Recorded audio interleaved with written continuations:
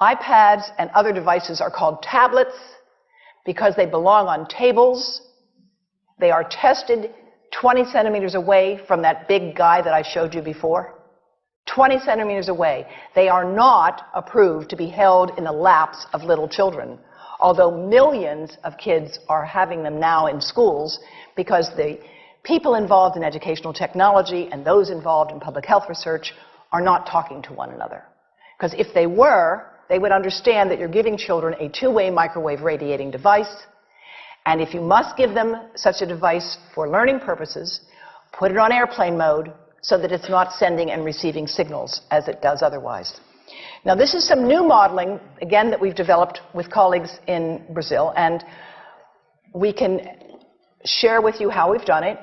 We first start out with the MRI and create the model with 1 millimeter voxels, and this is quite a bit of work goes into creating this, and here is what it looks like after a period of 6 minutes. And that's really not as bad as it might look because you see the red area only gets partway through the eye of the adult, right? The one that we're really concerned about is this one with the young child.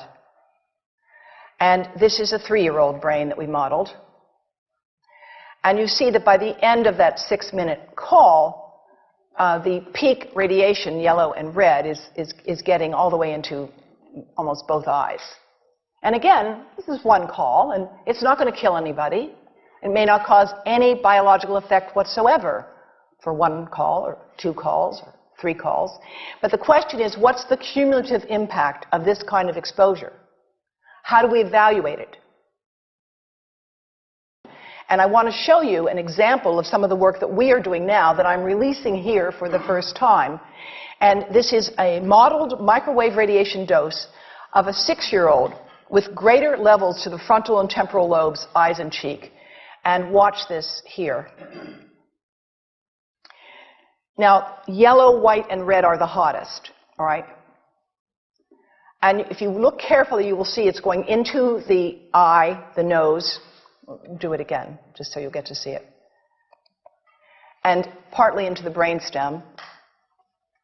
Now, that's just showing you that there's going to be some exposure into that area of a young head.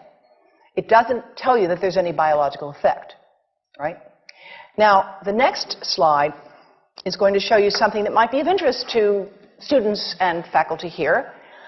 And that has to do with exposure to the reproductive organs. We call them the gonads. I think you say the testicles.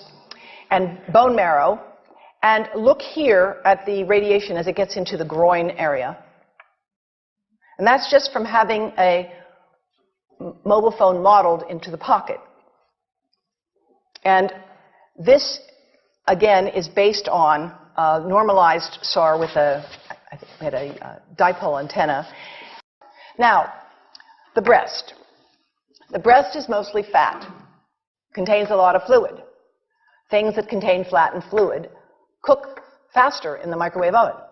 Now, a cell phone can't cook anything, all right? Mobile phones do not pop popcorn. That was a fraud.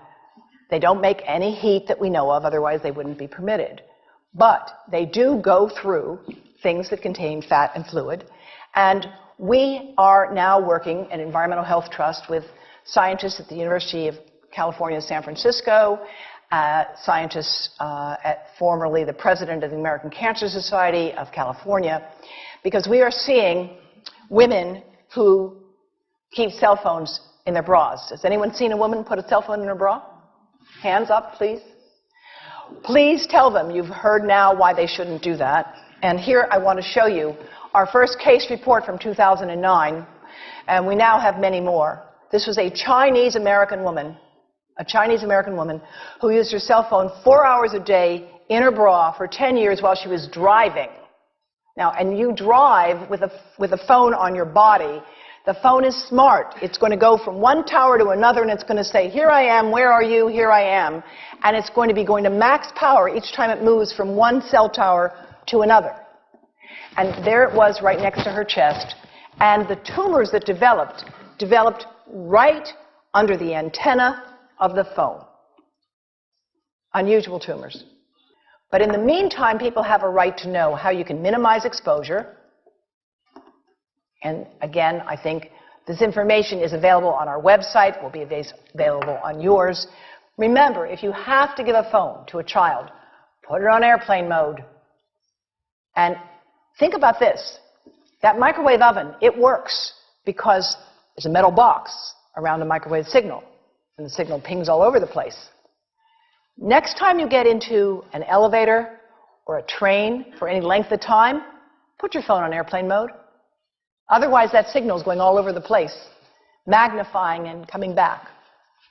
Keep the mobile phone away from you when it's on and you are asleep. Now, it takes a village to do a lot of things.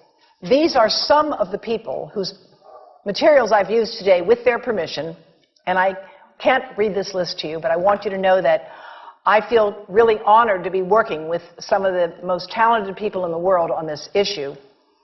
And they have given me permission to share these materials with you. And I leave you with this thought from Albert Einstein. The world is not dangerous because of those who do harm, but because of those who look at it without doing anything. So, thank you.